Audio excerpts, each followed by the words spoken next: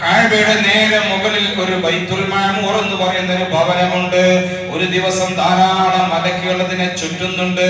ഹബീബായ റസൂലുള്ളാഹി സ്വല്ലല്ലാഹു അലൈഹി വസല്ലമ തങ്ങൾ പഠിപ്പിക്കുന്നു, പരിശുദ്ധ റമദാൻ മാസത്തിലെ 6ാമത്തെ തറാവീഹ് ഒരാൾ നിസ്കരിച്ചാൽ ആ ബൈത്തുൽ മഅമൂറിനെ ചുറ്റിയതിന്റെ പ്രതിഫലം അവനക്ക് ലഭിക്കും. മാത്രമല്ല, നിസ്കരിച്ച ആൾക്ക് വേണ്ടി ഈ ലോകത്തുള്ള കല്ലുകളും മരങ്ങളും അടക്കമുള്ളവ അവന് വേണ്ടി പൊറുക്കലിനെ തേടുമെന്ന് ഹബീബുനാ വ ശഫീഉനാ റസൂലുള്ളാഹി.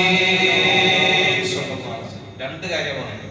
ഒന്ന്, കല്ലുകളും മരങ്ങളൊക്കെ പൊറുക്കലിനെ തേടും. അത് വലിയൊരു കിട്ടലാണല്ലോ. നമുക്ക് വേണ്ടി മറ്റുള്ള വസ്തുക്കൾ പൊറുക്കലിനെ തേടും. അല്ലാഹു പ്രതിഫലം നമുക്ക് നൽകുമാറാകട്ടെ.